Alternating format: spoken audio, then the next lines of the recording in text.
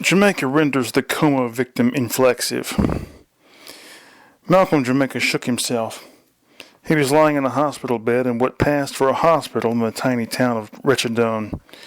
He still couldn't believe he was alive. "My car," was the first thing he said.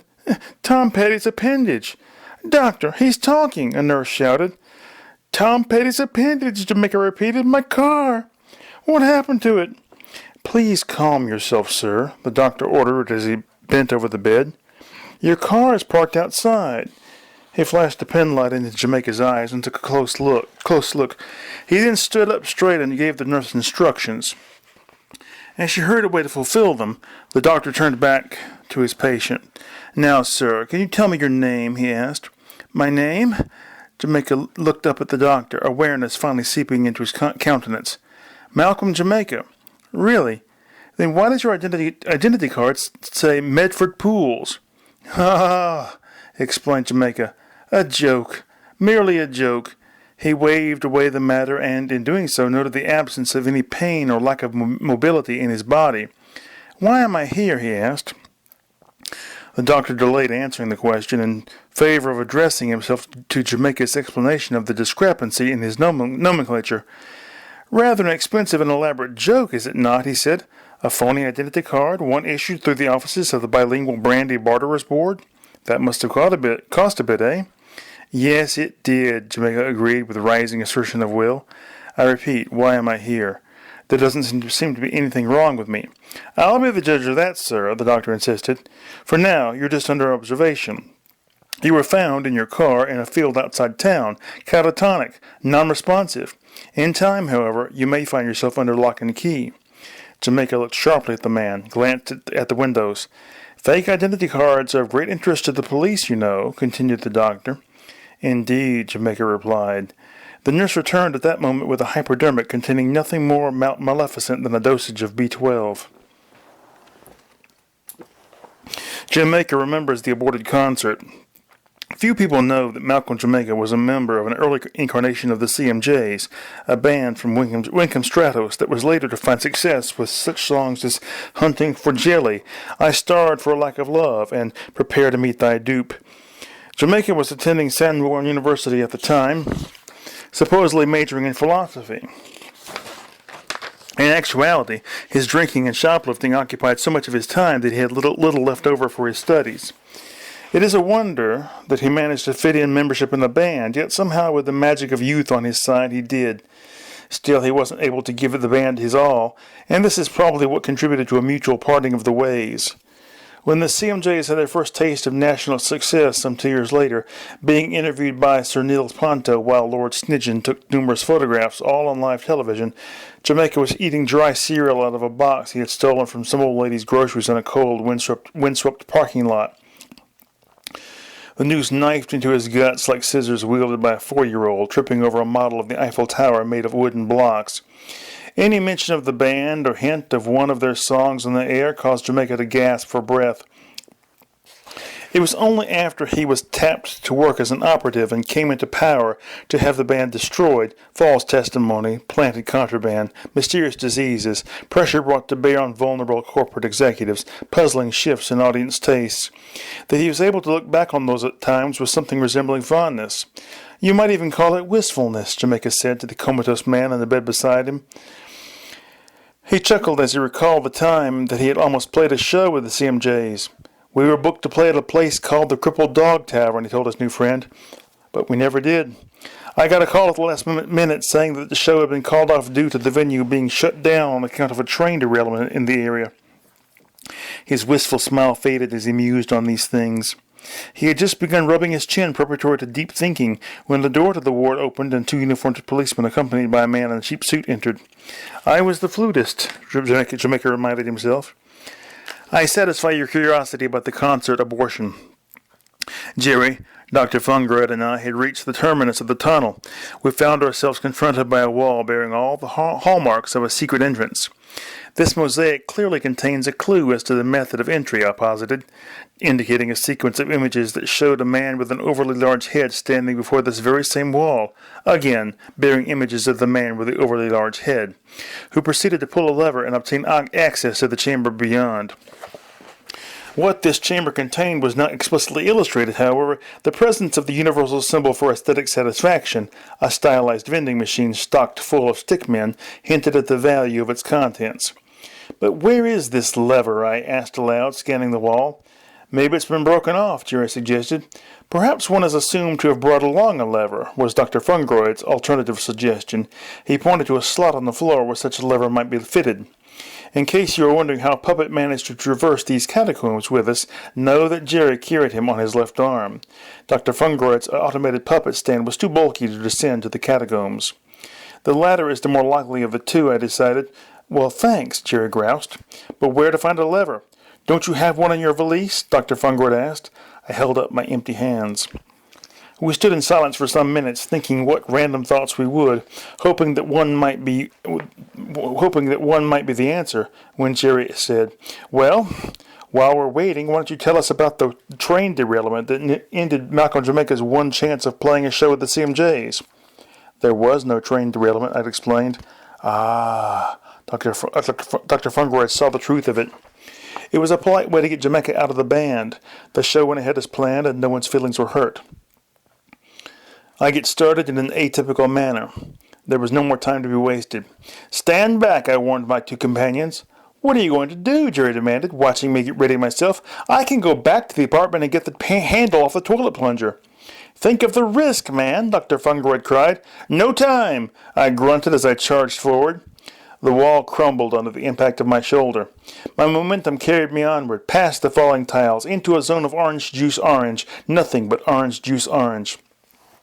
Though the entirety of this zone was one color, so that there appeared to be no delineation between sky and ground, I did not have the sensation of floating such as one experiences in a gravity well, but rather found myself walking normally.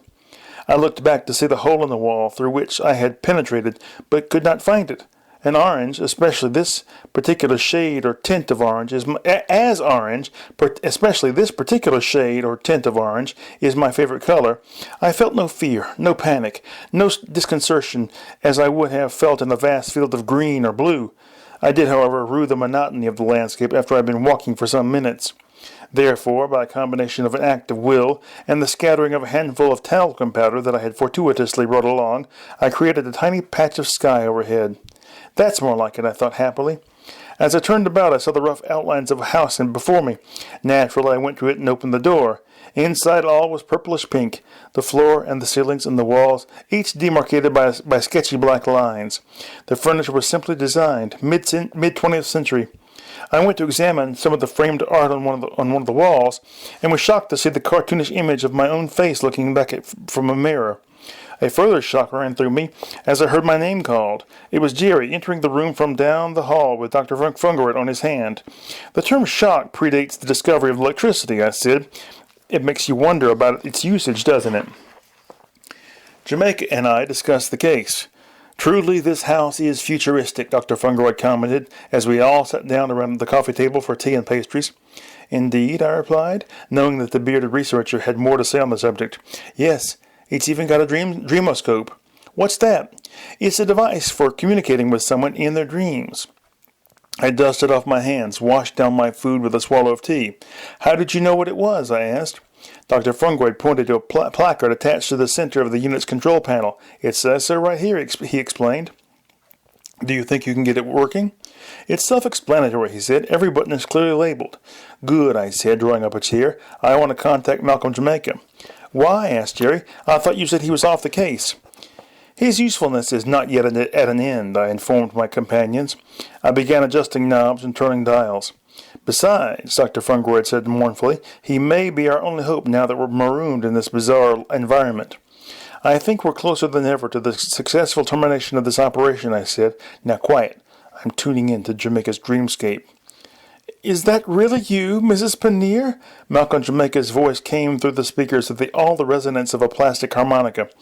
"No, Jamaica. This is Toadscabode. I'm speaking to you in your dream." "But I'm awake," Jamaica protested. Dr. Fungroyd pointed to the dreamoscope's view screen, which showed a drab room with a concrete floor. Against the far wall stood a man in the paramilitary garb typical of third world policemen. "Then just whisper," I advised. I need you to get out of there and come to Winkham Stratos." "That may be a little difficult," Jamaica replied. "Who are you speaking to?" an elderly lady's voice asked. "If case it be, it's all inclusive." Detective-in-Chief Grammy watched the suspect through the one-way glass, two-way mirror. His assistant, Bolialo, studied Grammy's profile. "Now he's talking to himself," Grammy noted. "Or pretending to," Bolialo suggested. Grammy laughed. "You don't trust him, eh, Bolialo?" He glanced at his assistant. "No, I don't.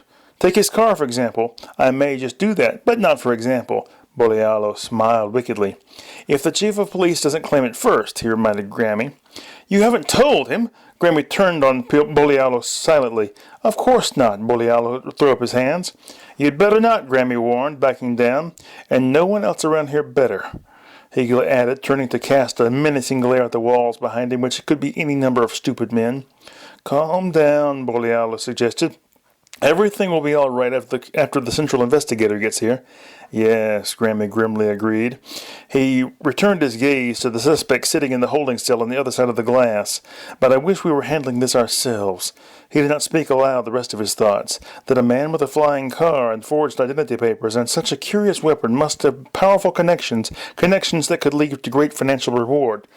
Still, he said, "it's probably for the best. The sooner he's out of our hair, the better." "That's right, Chief," Bolialo assured Grammy. Inside the cell, Malcolm Jamaica was readying his escape. After eliciting his guard's name, he waited for me to enter the man's ongoing subconscious dream state and thereby distract him. This was all easily done, but the hard part, overpowering the man and muscling through the door, was yet to come. In the meantime, Jamaica used the tiny device hidden in his mouth to activate the Tom Petty's appendage. Leaky patterns stolidly arrive in sequence. As the image on the Dreamoscope's viewing screen disintegrated into the titular droplets of oil and water, I shut the machine off and sat back satisfied. "All we can do now is wait for Jamaica to arrive," I said. "How long do you think it will take him?" Jerry asked. "Oh, not long, relatively speaking." I glanced up at my companions. "You see, in this realm we're in, time doesn't move the same way as what we're used to. If we were to stay here, we'd find that while on the one hand events occur with surprising speed, on the other we would age extremely slowly. In fact, probably not at all." "It's as I hypothesized," Dr. Fungroyd mused, "but still an untested theory." The doorbell rang, a vibraphone arpeggio of meandering hypnosis. "I think theory is about to become established fact," I said. I answered the door and found Malcolm Jamaica standing there. "I'm sorry it took so long," he immediately apologized. "Oh, that's all right," I chuckled, drawing him inside. I noticed with alarm that the sky had turned purple as night descended, but I kept my concern hidden. "This is Jerry Lancaster," I introduced my imaginary friend, "and Dr. Fungroyd. Gentlemen, this is Malcolm Jamaica, operative extraordinary." "Not that extraordinary," Jamaica protested. I looked at him for an explanation. Something in his tone worried me. "I was unable to disable the maintenance unit in your apartment. It is bonded with the phosic bypass. The entire apartment is now a sentient being," he informed me. "That means the whole apartment building has probably been co-opted by now," I mused, rubbing my chin. A goatee was blossoming there. "Toadswood, what was the good of bringing this man here?" Jerry asked, with hostility politely checked. "What can he do that we can't, or you alone?" "It has to be Jamaica that completes the assignment," I explained. "But why?" Dr. Fungroyd wondered. "It just does," I snapped. "Formal arrangements are made." "Okay," I began, huddling my team together. "Here's the plan. Jamaica will head straight out the front door. He'll get into his vehicle and continue in a straight line until he encounters the singularity." "The singularity?" Jerry repeated, his brows knitted with paranoia. "Just shut up and listen. There's not much time." "I thought you said we had all the time in the world," Dr. Fungroyd reminded me. "We do, Dr. Fungroyd, we do. All the time in the world." "Ah." "Now, Jamaica will carry with him this pen." I pulled the pen out of a pocket in my coat and handed it over. "And what do I do with it?" Jamaica asked. "You'll know," I replied. But that didn't seem quite adequate, so I added, "No, you just do what you think is best. I'm sure it will be the right thing." As Jamaica continued to look at the pen doubtfully, I said, "Don't worry, that pen was made in Germany." "And what do we do?" Jerry asked. "Jerry, you'll climb out the bathroom window and head in a straight line that way," I pointed. "Dr. Fungroyd, I'm going to set you on top of this puppet stand I've cobbled together." I indicated the object. It was made of a drinks cart with a shadeless electric lamp cemented to the top. Dr. Fungroyd would fit over the top of the lamp. His active capillary textile network would be able to control the cart's direction. The whole thing was powered by the motor from the dishwasher in the kitchen. You'll go out the back door and head in a straight line from there. To eternity, Dr. Fungroyd had finished. Yeah, I nodded solemnly. And you? Malcolm Jamaica asked. I'm going to go out the window of that bedroom and head in a straight line. With any luck, we'll meet up at exactly the right time. With any luck? Jerry asked. With any luck at all. A dead man's diary feeds the waffle master. In order to maintain my direction, I dragged an umbrella behind me, creating a line in the orange dirt that I could look back on and check periodically. The line showed red against the orange. In order to occupy my time while walking, I read from Volume 2 of my diary. Volume 1, which covers my formative years in the Great Box, has unfortunately been lost amid 40 years' worth of accumulated scribblings. Volume 2 concerns my time in the Great Bottle, and a more sorrowful but event-filled narrative you could not hope to find. The following is an extract. Vanilla extract, weighing it in at approximately 45 proof, served to abate the shakes that Sunday morning. I had awoken from a reassuring dream that there was a nearly full bottle of whiskey under the bed. However, like so many happy fantasies, it was just a lie. You may be asking yourself, whoever you are, why I didn't just go buy a bottle. After all, as I have told you before, I was making good money at the Tapioca. The problem was that I was living in the heritage-obsessed South, a place where deference to the old-time religion of our great-grandfathers is public policy. The sale of alcohol is forbidden on Sunday, the Lord's Day. The sale of vanilla extract and cooking wine, however, which no clear-headed person would take for beverages, was legal, and I took advantage of this loophole.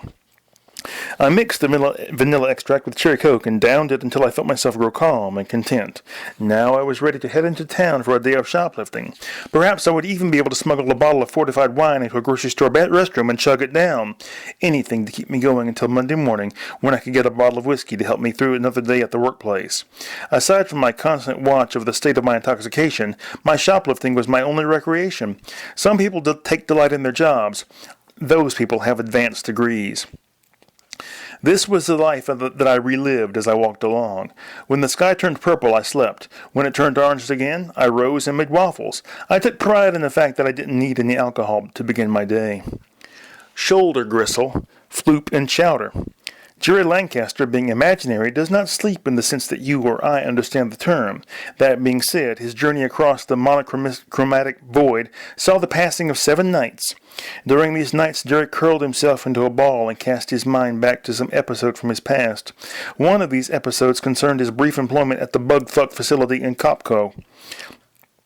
Ordinary Jerry's sole job, aside from accompanying me on the occasional flirtation with adventure, is keeping an eye on the electrochemical pulsations at the base of the mountain of consciousness. However, there are times when, either due to a falling out with me, a need for extra cash, or to help out with the fulfillment of some obscure scheme of mine, he will take on employment elsewhere. Working at the Bugfuck facility was due to the last of those reasons. Jerry hated the job. It entailed moving heavy containers full of bricks of compressed human feces about inside a large warehouse lit by pink lights. The supervisors, to a man and a group of morons, were completely ignorant of the meaninglessness of the job, both in terms of its actual value to the contemporary world and its relative value when viewed in a historical perspective. One supervisor in particular, Rar Dakar, a barely literate thug, drove Jerry to distraction. He took his position as supervisor so seriously. He was heard to say one time, "This is my life." The substance of his annoying behavior was that he wouldn't let Jerry mindlessly do the job, but had to be constantly injecting new angles, new methods by which he must perform his tasks. That is to say, Jerry could have enjoyed each day at work if he had been allowed to slip into a routine and be left with his own thoughts, but Rar Dakar couldn't allow that. One day, Jerry was infuriated beyond measure by this man and decided to go home sick. Despite all regulations to the contrary, Dakar demanded that Jerry bring back an actual doctor's note upon his return the next day. Jerry thought about fighting this abuse of his rights, but reflecting on the fact that I was depending on him, he swallowed his pride and stayed on the job.